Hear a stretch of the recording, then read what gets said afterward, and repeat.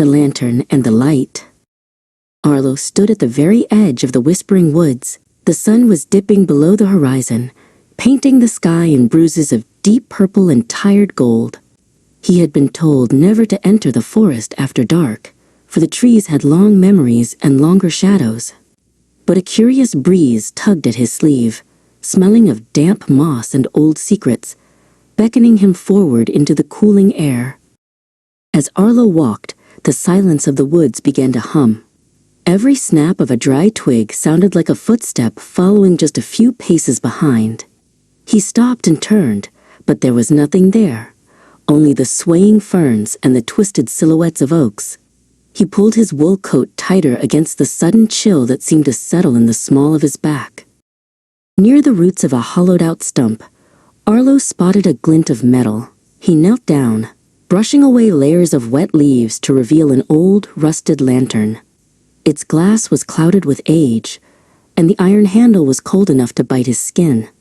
Yet, as he lifted it, he felt a strange warmth radiating from the empty chamber where a candle should have been. Without a match or a spark, the lantern suddenly flickered to life. A soft, pale blue light spilled across the forest floor, illuminating the mist. In that shimmering glow, a figure appeared. He was a boy about Arlo's age, but his clothes were from another century, and his feet didn't quite touch the carpet of pine needles. This was Mist, the boy who lived between the breaths of the wind. Mist did not speak with words, but Arlo understood him all the same. The ghost boy's eyes were like two clear forest pools, reflecting 1,000 years of starlight. He gestured deeper into the woods, his translucent hand waving through the air like a ribbon of smoke. He wasn't a haunt to be feared.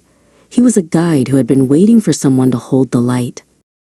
Together, they moved through the thickets where the path had long since vanished.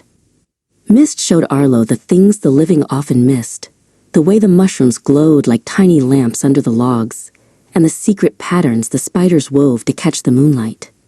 Arlo realized the forest wasn't a place of darkness, but a cathedral of quiet wonders. They reached a clearing where a ring of flat, gray stones lay half buried in the earth. Mist drifted to the center and sat down, tracing the weathered carvings on the rocks with his fingertips. A sense of profound longing filled the air, a memory of a home that had vanished long before the first sapling of the current forest had sprouted. Arlo reached into his pocket and found a smooth, white river stone he had carried since morning. He stepped into the circle and placed it gently on the central rock, right where Mist's hand rested. For a brief second, their fingers seemed to touch, a spark of warmth meeting a pocket of frost, and the stone Arlo gave him began to glow with the same blue light as the lantern. The horizon began to pale as the first hints of dawn crept through the canopy. Mist looked up at the fading stars and then back at Arlo. He began to grow thinner, his form blending into the morning fog. He gave a slow, sweeping wave, a silent thank you for the company and the gift that tethered him to a happy memory. Arlo walked out of the forest just as the birds began their morning chorus. The lantern in his hand was cold and dark once more, but his heart felt heavy with a beautiful secret.